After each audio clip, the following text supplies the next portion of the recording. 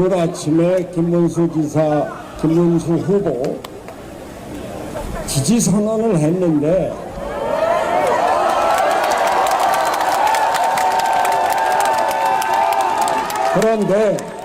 그런데 여기 와서 보니까 제가 굳이 지지 선언을 안 해도 됐을 것 같아요. 아니 어제까지만 해도 말이죠, 김문수 후보가 상대방 후보한테 한 10% 뒤진다. 야, 이거 야단났다.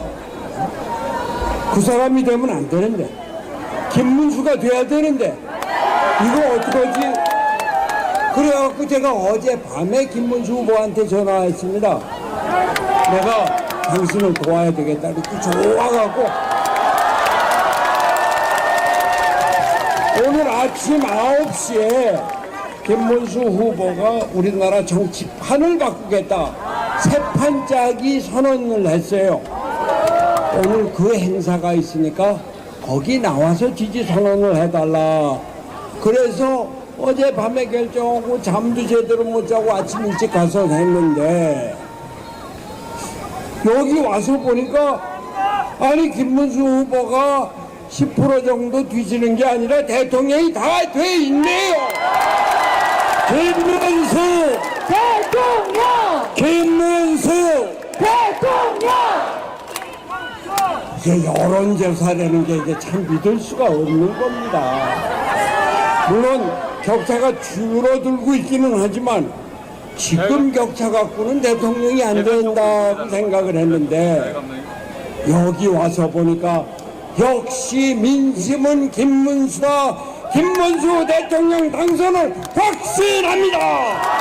김문수 대통령! 김문수 대통령! 제가 말이죠, 제 얼굴 좋죠? 뭐죠? 제가 나이가 꽤 먹었는데 꽤 젊어 보이죠? 편하게 삽니다. 산에 다니고 막걸리 마시고 책 보고, 또 그동안 뭐 집안일도 못 보는 거 요즘 제가 설거지 다 합니다. 쓰레기 치우고 청소하는 건 물론이고요. 그렇게 잘 사는데,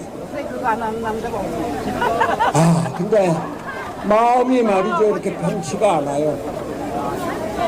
나라가 이게 어떻게 될까?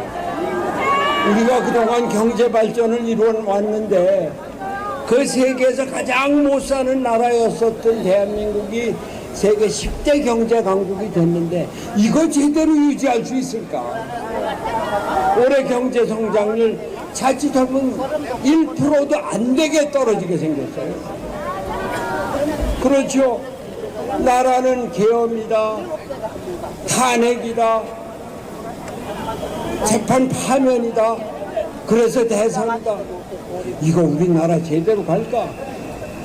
거기다가 북한의 김정은은 그저 하루가 멀다고 미사일 쏴대고 핵 개발하고 잠수함 만든다고 그러고 구축함 만든다고 그러고, 그런데다가 트럼프는 주한미군 전수 위협을 가할지 모른다 이런 얘기 나오잖아요. 주한미군이 북한을 상대로 하는 게 아니라 중국 상대로 하고 북한은 너희가 맡아라. 그러면 우리 어떻게 됩니까? 머리 위에 핵무기를 지고 그리고 주변에 안보 보장 없이 위험한 나라에 살게 되잖아요. 야, 이거 우리나라 안보 어떡하나. 그런데 말이죠, 더 심각한 것은 우리나라 민주주의 위기입니다. 김문수 후보나 저나 젊어서 반독재 운동, 민주화 운동으로 젊음을 지내고 노동운동으로, 빈민운동으로 청춘을 보낸 사람입니다. 그런데 보세요. 아니 이재명에 대한 재판을 대법원에서 파기환송했다고 해서 바로 그날로 부총리 재경부 장관을 탄핵한다고 그래서 이 사람이 할 수 없이 사퇴를 했어요. 대미 통상협상이 다 끊어진 겁니다. 근데 그것뿐만이 아니에요. 대법원장을 탄핵하겠다고 해요. 대법원장을 청문회에 불러요. 청문회 안 오니까 대법원장을 특검을 하겠다고 합니까? 이게 나랍니까? 민주주의는 삼권 분립을 원칙으로 하고 있는데 의회에서 저희들이 과반을 넘고 3분의 2가 거진 다 된다고 대법원장을 법원은 저희들 마음대로 파면하고 그것뿐만이 아니라 아예 법을 바꿔서 이재명의 선거법 위반은 아예 죄가 되지 않도록 위증죄 행위를 그냥 제외시켜버린다는 거예요. 그게 법사위를 통과했습니다. 자, 이러니 우리나라가 과연 민주주의가 될 수 있나? 이 걱정 때문에 정말 마음이 아픈 겁니다.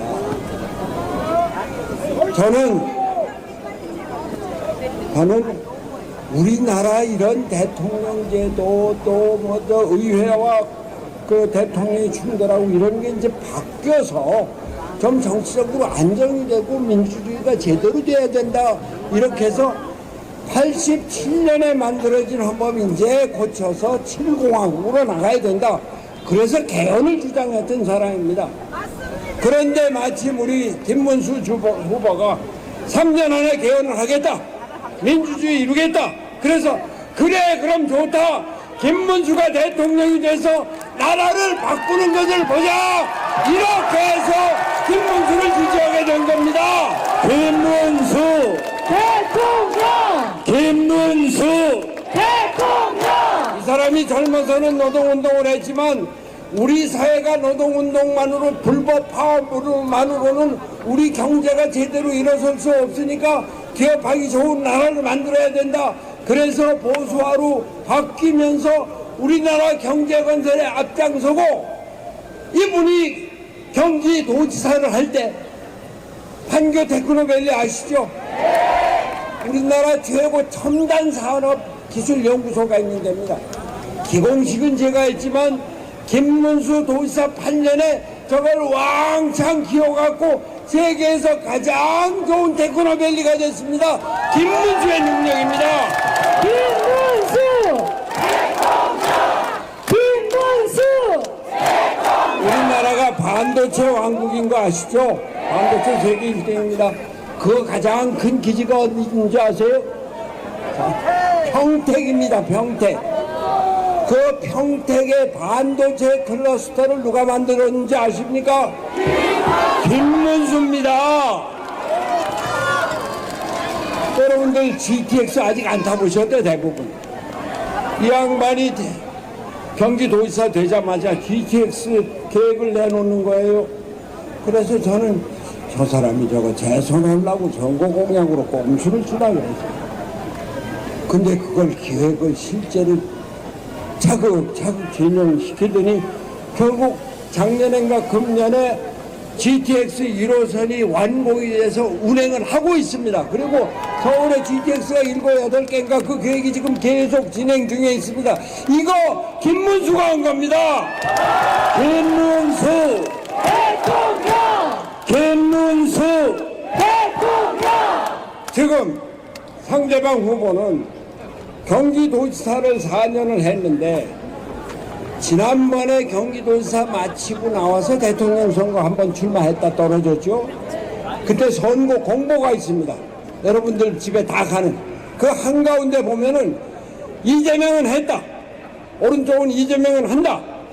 했다는 것은 실적이고 한다는 것은 공약인데 경기도지사 4년 하고 바로 나와서 한 사람의 이재명은 했다 첫 번째가 뭔지 아세요? 저 같으면은 LG 디스플레이 클러스터 파주에 만들었다, 판교 테크노밸리 기공식을 했다, 수원 광교 신도시를 만들었다, 이런 거 썼을 텐데 이 사람 첫째가 뭔지 아세요? 신천지 쳐들어갔다는 겁니다. 두 번째가 뭔지 아세요? 계곡 정비했다는 거예요. 세 번째가 뭔지 아세요? 청년소득 기본소득 배분했다는 거예요. 아니 경기도는 대한민국을 첨단 산업으로 과학기술로 대한민국을 세계로 이끌어 나갈 선봉장에 위치해 있는 경기도지사가 한 일이라는 게 신천지 쳐들어갔다, 계곡 정비했다, 청년소득 분배했다, 이것밖에 실적이 없는 겁니까? 우리 김문수 후보는 판교 테크노밸리 만들었죠. 광교 신도시 만들었죠. 평택에 미군기지 신도시 만들었죠. 평택에 반도체 클러스터 만들었죠. GTX를 만들었죠. 대한민국을 경제적으로 부흥시키고 대한민국을 새로운 기술로 세계로 이끌어 나가는 지도자의 모습을 우리는 김문수한테 보고 있는 것입니다. 김문수 대통령! 자, 우리 얼마나 어렵게 지금을 이루어놓은 대한민국 국민입니까? 가장 못 살던 나라에서 세계 10대 경제국, 또 그 군사 독재에서 고생하던 나라를 세계 최고의 민주국가, 또 여러분들 어렸을 때 쓰레기통에서 장미꽃이 피어날 수 있느냐 이런 얘기 들으셨죠? 그런 조롱을 받으면서 우리의 문화인들은 세계에서 피아노다 그림이다 해가 우선 세계인들이 선망하는 문화 강국을 만든 우리 위대한 대한민국 국민들입니다. 이 우리나라의 위대성을 제대로 발전시켜서 민주주의 확립하고 경제 건설하고 통상 위기 극복하고 문화 강국 이룰 대통령 누굽니까? 김문수입니다.